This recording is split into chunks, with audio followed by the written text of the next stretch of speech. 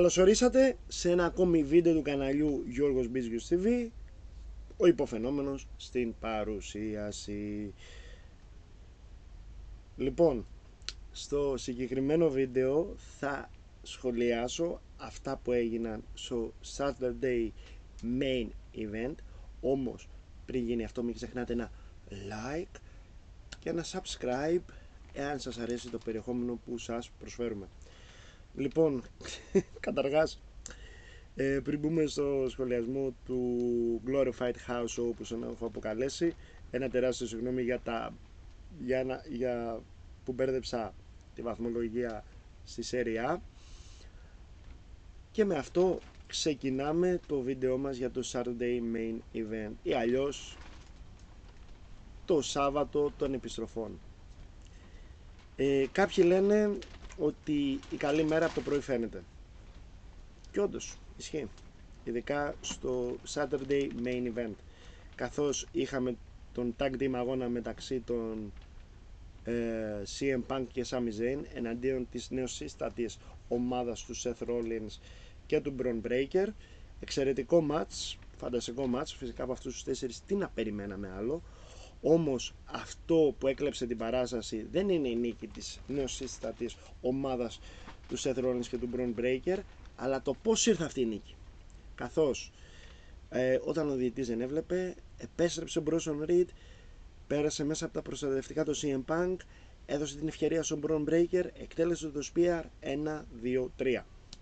Μετά το τέλος του αγώνα, ο Bron Breakker, ο οποίος έβγαλε σεναριακά off τον Seth Rollins, τον αγκάλιασε και είναι το νέο μέλος αυτής της ομάδας. Κάποιοι λένε Evolution νούμερο 2. Δεν διαφωνώ. Αν βρεθεί και το τέταρτο μέλος, σίγουρα. Μου αρέσει αυτή η προοπτική, προφανώς. Αν να ξεχάσουμε ότι το καλωσόρισμα στη νέα ομάδα του Seth Rollins και του Bron Breakker ήταν ότι ο Bron Breakker απλά εκτέλεσε ένα τσουνάμι στο CM Punk. Να γυρίσουμε σε αυτό που έλεγα. Μου αρέσει η προσθήκη του Bronson Reed, προφανώς. Είναι κάτι που δεν περιμέναμε, μια έκπληξη που δεν την είδαμε να έρχεται, και προφανώς μου αρέσει αυτή η προοπτική, αν εξηγηθεί σεναριακά σωστά. Λοιπόν, πάμε στο δεύτερο αγώνα. Την πέμπτη που έγραψα το βίντεο ήταν μόνο 3 αγώνες, προσθέθηκε για αγώνες της νέας United States Champion της Zelina Vega εναντίον της Chelsea Green. Είχαμε κάποια μποτσάκια από πλευράς Zelina Vega, να είναι καλά η κοπελάρα η Chelsea Green, η οποία την καθοδήγησε μέχρι το finish του match. Συγγνώμη που θα το πω, αλλά ο Παναγιώτης, ένας από τους OG ακροατές μας, είπε ότι παλαιστές τέτοιου βελληνικούς είναι καλύτερο να είναι heel, γιατί άμα είναι face δεν ξέρεις πώς να τους παρουσιάσεις. Ή στην περίπτωση της Zelina Vega, όπως ο μέντοράς της, ο Rey Mysterio, κάνει ένα στυλ underdog. Τώρα είναι,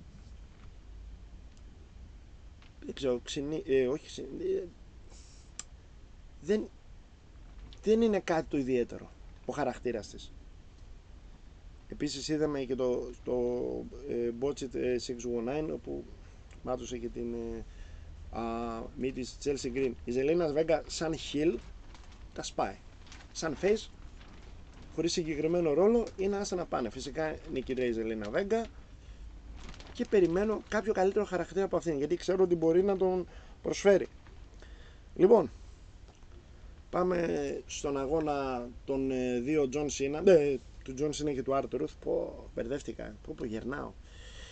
Όπου την είσοδο του πρώτα έκανε ο John Cena, ο οποίος, εντάξει, δεν έφαγε και τόσο γιούχα. John Cena sucks, no he don't, ήταν διχασμένο το κοινό. Βέβαια με το heel turn που έχει κάνει, έτσι πως παρουσιάσανε, πως να μην είναι. Τον αγαπάει ο κόσμος ο Γιαννάκη εν τέλει. Και περιμένουμε τον R-Truth, ο οποίος είναι ντυμένος OG Cena, με τα You Can See Me και αυτά. ένας διασκεδαστικός αγώνας, ιδιαίτερα όταν ο R-Truth εκτέλεσε όλες τις κινήσεις του John Cena, το 5 Knuckle Shuffle, το AA, το STF, σχετικά καλύτερα από τον John Cena το έκανε, μέχρι που ο κακός Cena για να νικά πρέπει να παίρνει τον τίτλο και να δίνει μία σαμούδρα του αντιπάλου. Λέω διαιτητής, δεν γίνεται αυτό, δεν είναι δυσκολοφυγές μου, πού πας, τι κάνεις ρε αγόρι μου. Και όταν είναι έτοιμος να το χτυπήσει, βλέπουμε ίσως μια στιγμή δισταγμού. Δεν ήταν. Μόλις γεννά την πλάτη του διαιτητής, το άλλο signature move πλέον του John Cena, κλωτσιά στα χαμνά, AA, και κάπου εκεί η σεμνή τελετή λαμβάνει τέλος. Φυσικά μετά τον αγώνα, επειδή το signature move πλέον είναι το χτύπημα με τον τίτλο, δείχνει ένα χτύπημα στον R-Truth και φεύγει. Πριν αρχίσει το Steel Cage, είδαμε μια συνομιλία του John Cena με τον Jey Uso και είπε ότι εγώ θα καταστρέψω το wrestling, αλλά για φαντάσου ο Logan Paul, ένας YouTuber, που διαφωνώ σε αυτό γιατί πλέον είναι wrestler εδώ και πολλά χρόνια, να κατακτήσει τον τίτλο σου. Πόσο καταστροφή θα είναι αυτό για το wrestling. Μου άρεσε αυτό. Είναι από τις ελάχιστες στιγμές του John Cena σαν heel που ήταν φανταστικό. Λοιπόν, πάμε στο Steel Cage μεταξύ του Damian Priest και του Drew McIntyre, όπου είχαμε guest announcer τον Jesse The Body Ventura. Απίστευτος, τι να λέμε. Για κάποιους, αν κάποιος πει ότι δεν ήταν πολύ καλός και τα λοιπά, έτσι πρέπει να είναι η heel commentator. Να μην χαϊδεύουν πια. Η heel commentator εκείνης εποχής, στις δεκαετίες 80 και 90 και 2008 θα πω, είναι ό,τι καλύτερο. Λοιπόν, ματσάρα ήταν. Δηλαδή ο Damian Priest και ο Drew McIntyre έχουν απίστευτη χημεία μεταξύ τους. Απίστευτη χημεία.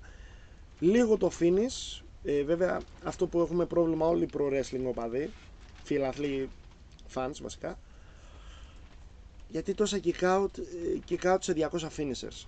Το finisher χάνει το νόημά του, αλλά δεν ήταν εκεί το πρόβλημα νομίζω. Στο finish, όπου βασικά όχι, ούτε στο finish ήταν. Βασικά το μόνο μου πρόβλημα σε αυτόν τον αγώνα, που ήταν πάρα πολύ καλός, είναι αυτό με τα finishers που έχουν χάσει το νόημά τους. Νομίζω ότι ο Damian Priest, κάνοντας το κοντσέπτο στον Drew McIntyre και φεύγοντας από το κελί, μου άρεσε. Γιατί σου λέει, σαπίσαμε ο ένας τον άλλο στο ξύλο, σε έβγαλα νοκάουτ, οπότε φεύγω σαν κύριος. Κύριος ήρθα, με ξυλοφόρτωσε στην αρχή, κύριος φεύγω. Κίνηση heel, αλλά με πολύ σωστή λογική για τον Damian Priest. Τελικά, είπα δεν μου άρεσε, μπερδεύτηκα. Μου άρεσε.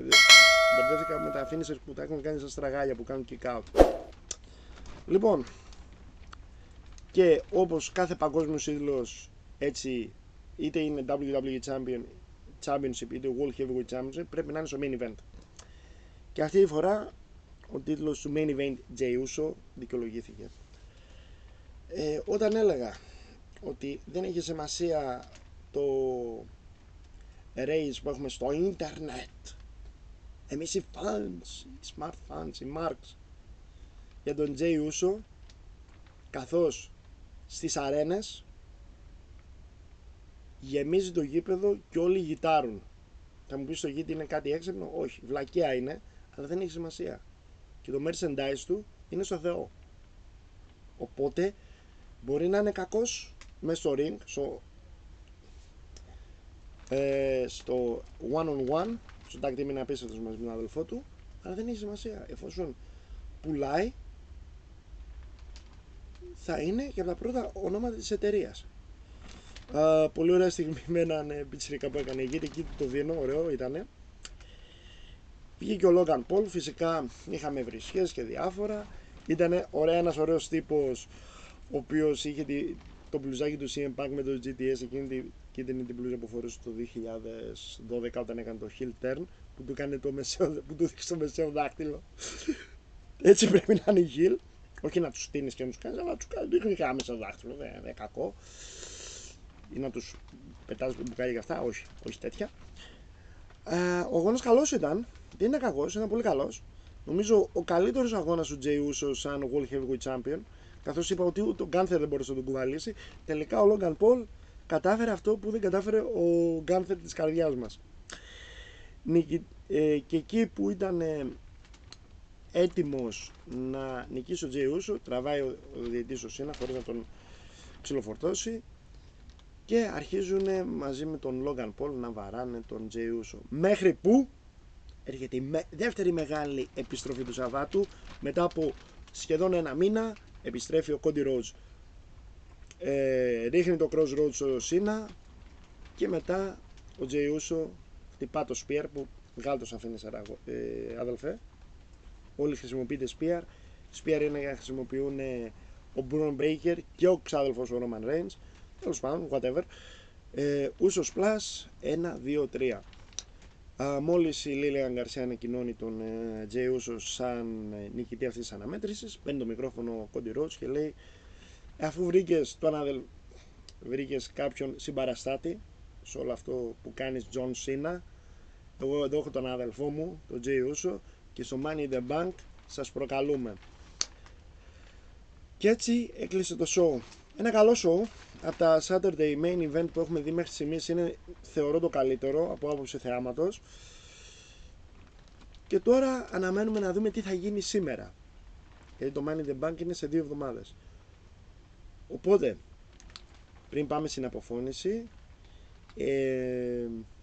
να πούμε ότι καλό show, πάρα πολύ καλό show. Λοιπόν, σήμερα ανέβηκαν 2 βιντεάκια.